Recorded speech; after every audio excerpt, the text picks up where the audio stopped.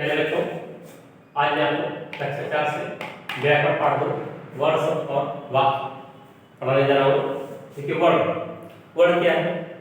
Word भाषा की सबसे छोटी इकाई है जिसके टुकड़े नहीं किए जा सकते हैं। ठीक है, वर्ड पहले देखिए, वर्ड भाषा की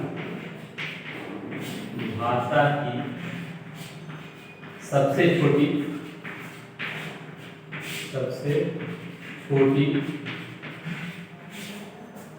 ध्वनि इकाई है। ध्वनि इकाई है, होती है। ठीक है, जिसके टुकड़े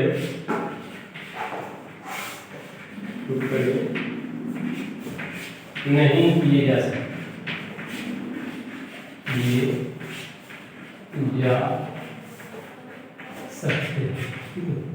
वर्ड भाषा की सबसे छोटी ध्वनि इकाई है जिसके टुकड़े नहीं किए जा सकते, ये हम वर्ड कहते हैं। ठीक है, दूसरा है वर्णमाला। वर्णमाला क्या है? वर्णों के व्यवस्थित एवं क्रमबद्ध समूह को वर्णमाला कहते हैं। वर्णमाला के दो भेद यहाँ पर है, या दो भागों में से बटेगा, स्वर और व्यंजन। इसमें स्वर और व्यंजन होते हैं। स्वर कितना है? ठीक है, स्वर संख्या कितनी है? 11। व्यंजन कितने हैं? 37 दिया गया है। स्वर क्या होता है?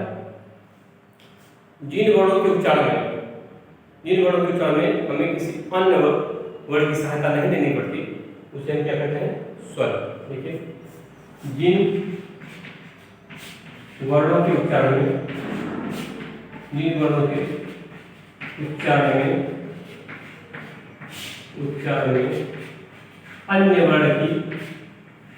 अन्य वर्ण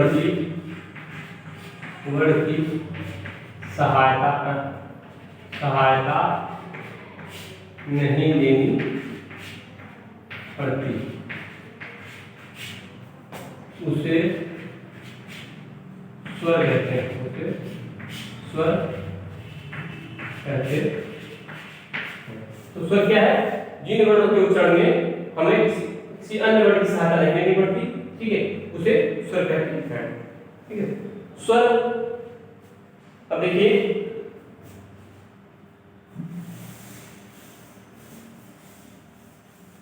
इनकी संख्या क्या है? इनकी संख्या 11 है। आ, ई, उ, ऋ, ए, ऐ, ओ और औ। 1 2 3 4 5 6 7 8 9 10 11। इनकी संख्या हुई 11। इसके अलावा देखिए, यहाँ न और अ, इसे हम अनुस्वार कहते हैं। अनुस्वार, और इसे विसर्ग कहते हैं। विसर्ग, अनुस्वार और ये विसर्ग है। इसे हम कहते हैं अयोगवार।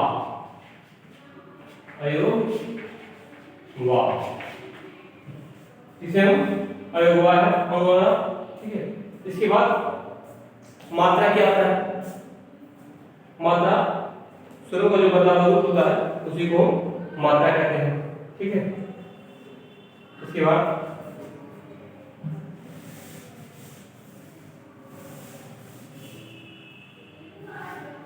स्वर के भेद देखिए। स्वर के भेद क्या है? नंबर 1, हर्ष स्वर क्या होता है? हर्ष स्वर जिन स्वरों के उच्चारण में या जिन वर्णों के उच्चारण में सबसे कम समय लगता है उसे हम हर्ष स्वर कहते हैं।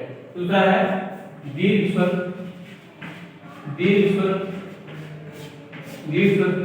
जिन स्वरों के उच्चारण में हर्ष स्वर का दुगुना समय लगता है उसे हम दीर्घ स्वर कहते हैं।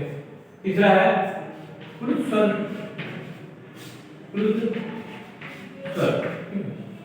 तो जिनके उच्चारण में हर्ष स्वर का 3 गुना समय लगता है उसे हम प्लुत स्वर कहते हैं। यहाँ हर्ष स्वर नीचे हो गया आ, इ, आ ई उ और री, आ ई उ री, पहला स्वर हो गया। दीर्घ स्वर हो गया आ ई उ आ ई उ ए ऐ ओ और औ। ये इनकी संख्या 4 है, इनकी संख्या 7 है। इनकी संख्या जो है इनकी संख्या एक ही है, कुल स्वर की संख्या 1 है। इस प्रकार हम जानेंगे हर्ष स्वर जिनके उच्चारण में सबसे कम समय लगता है, दीर्घ स्वर जिन वर्णों के उच्चारण में दुगुना हर्ष स्वर का दुगुना समय लगता है, और पुरुष स्वर जिन वर्णों के उच्चारण में हर्ष स्वर का 3 गुना समय लगता है, उसे हम पुरुष स्वर कहते हैं।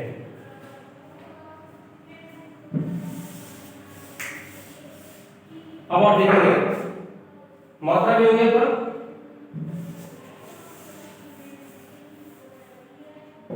अब देखिए अपना व्यंजन, हिंदी वर्णमाला में 33 व्यंजन है। व्यंजन देखिए नंबर 1 यहाँ है का वर्ण, का वर्ण में क ख ग घ ङ। उसके बाद चा वर्ण में च छ ज झ ञ, ठीक है। ट वर्ण में ट ठ ड ढ ण। ता वर्ण में ता वर्ण ता थ द ध न। पा वर्ण में पा फा बा भा म। इस प्रकार यहाँ पर अब देख रहे हैं ये 25 का से मां तक इनकी संख्या है 25। इसे हम आसपास व्यंजन कहते हैं, आसपास व्यंजन, ये हो गए आसपास व्यंजन हो गए। इसके अलावा देखिए आप अंतस्थ व्यंजन, अंतस्थ व्यंजन, अंतस्थ व्यंजन है या रा ला वा। अंतस्थ व्यंजन ऊष्म व्यंजन, ऊष्म व्यंजन बड़ा सा स हा, इसे हम ऊष्म व्यंजन कहते हैं। ऊष्म व्यंजन क्यों कहते हैं? क्योंकि इनके उच्चारण में हमारे मुंह से जो वायु निकलती है वो गर्म वायु निकलती है, मतलब वो कहीं कहीं रगड़ते हुए निकलती है गर्म वायु, इसलिए हम ऊष्मा पैदा करती है, इस वजह से ऊष्म व्यंजन कहते हैं। तो हो गया ऊष्म व्यंजन। ऐसे होता है संयुक्त व्यंजन, संयुक्त व्यंजन, संयुक्त व्यंजन, संयुक्त व्यंजन है श त्र य और स्र। इसे संयुक्त व्यंजन क्यों कहते हैं? क्योंकि यह दो वर्णों के मेल में मिलता है। क ध स, त ध र, ज ध ञ, स ध र, ये दो वर्णों के मेल हैं, इसलिए संयुक्त व्यंजन कहते हैं। इनकी संख्या 25 और 8। देखिए यहाँ ये दोनों याद रखिए 25 8 ये हो गए 35, ठीक है। संयुक्त व्यंजन। अब देखिए यहाँ पर दो अन्य हैं, अन्य वर्ण, अन्य वर्ण में है र और ढ़, दो यहाँ पर ढ़ और ढ़। इस प्रकार में याद रखें 25 8 33, 33 के बाद आप देखोगे 4 2 6 यहाँ पर 6 यहाँ हो गए 33 और 6 39, और यहाँ पर स्वर 11 है, 11 स्वर है 39 40 50 7 हो गया 50, और 2 यहाँ पर डॉट मिला के आपको हो गया 52, 52 52 टोटल 52 हो गए। अब देखेंगे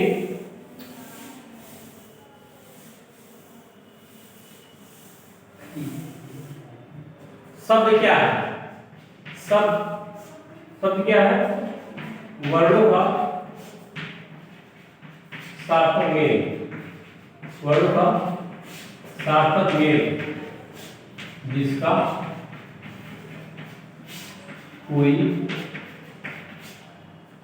सार्थक अर्थ निकले, का कोई सार्थक अर्थ निकले। ठीक है, वर्णों का सार्थक मेल जिसका कोई सार्थक अर्थ निकले उसे हम उसे शब्द कहते हैं, उसे शब्द कहते हैं।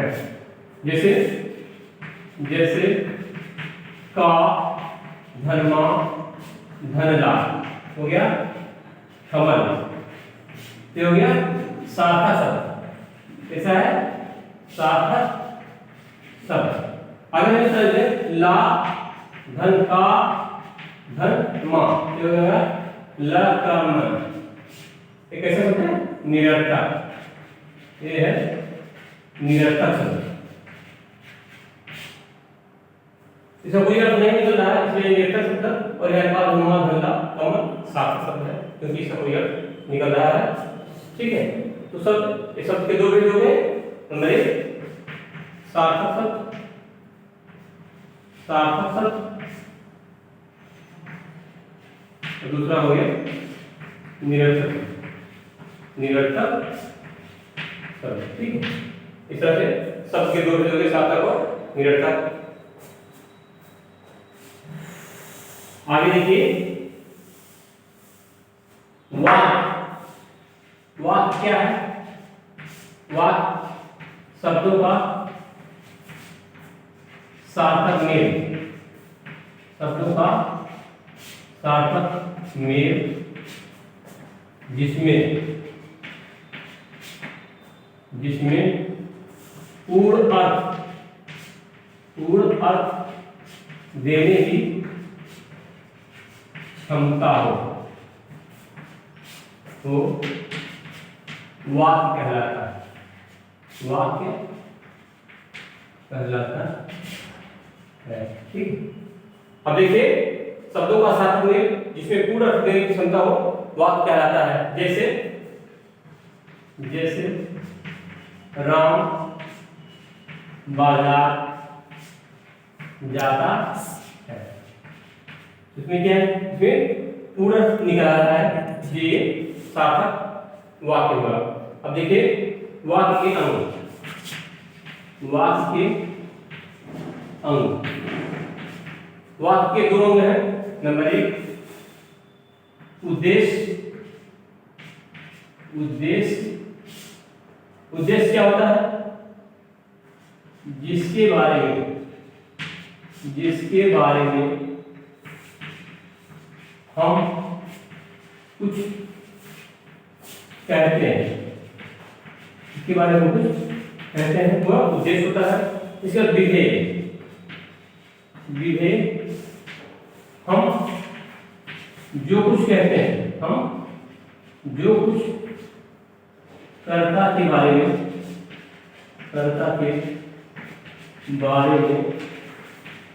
कहते हैं, जो कुछ कहते हैं वो क्या कहता है? उसे विधेय कहते हैं। इसे हम एक वाक्य के माध्यम से आपको दिखा रहे हैं। देखिए, जैसे राम बाजार जाता है, राम क्या है? राम उद्देश्य, राम उद्देश्य है, और बाजार जाता क्या है? विधेय। विधेय है के उद्देश्य और विधेय। ठीक है, इस प्रकार के वाक्य के दो अंग हो गए, उद्देश्य और विधेय।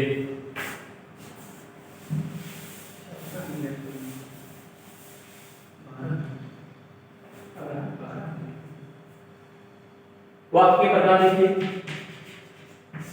वाक्य के प्रकार ये देखिए, नंबर क्या है? साधारण वाक्य, साधारण वाक्य, ठीक है, प्रश्नवाचक वाक्य, प्रश्नवाचक वाक्य, ठीक है, निषेधात्मक वाक्य, निषेधात्मक वाक्य, इच्छार्थक वाक्य, इच्छार्थक वाक्य, फिर विस्मयार्थक वाक्य, विस्मयार्थक वाक्य, और है आज्ञार्थक वाक्य, आज्ञार्थक वाक्य। ठीक, इस प्रकार से ये 6 प्रकार के वाक्य हो गए। साधारण जैसे वर्षा हो रही है, ठीक है। दूसरा प्रश्नवाचक वाक्य, तुम कहाँ जा रहे हो। निषेधवाचक वाक्य, तुम बाजार क्यों नहीं गए। इच्छार्थक वाक्य, इच्छार्थक मतलब जैसे कुछ का दरवाजा खोलो, दरवाजा बंद करो, सॉरी, इच्छार्थक मतलब क्या है, भगवान आपको लंबी उम्र दे, ठीक है। विस्मयार्थक वाक्य, शाबाश क्या चौका मारा। आज्ञार्थक वाक्य, दरवाजा बंद करो, ठीक है। इस तरह सभी के एक उदाहरण हो गए और इस प्रकार आपका जो है वर्ड, शब्द और वाक्य पे खत्म हो।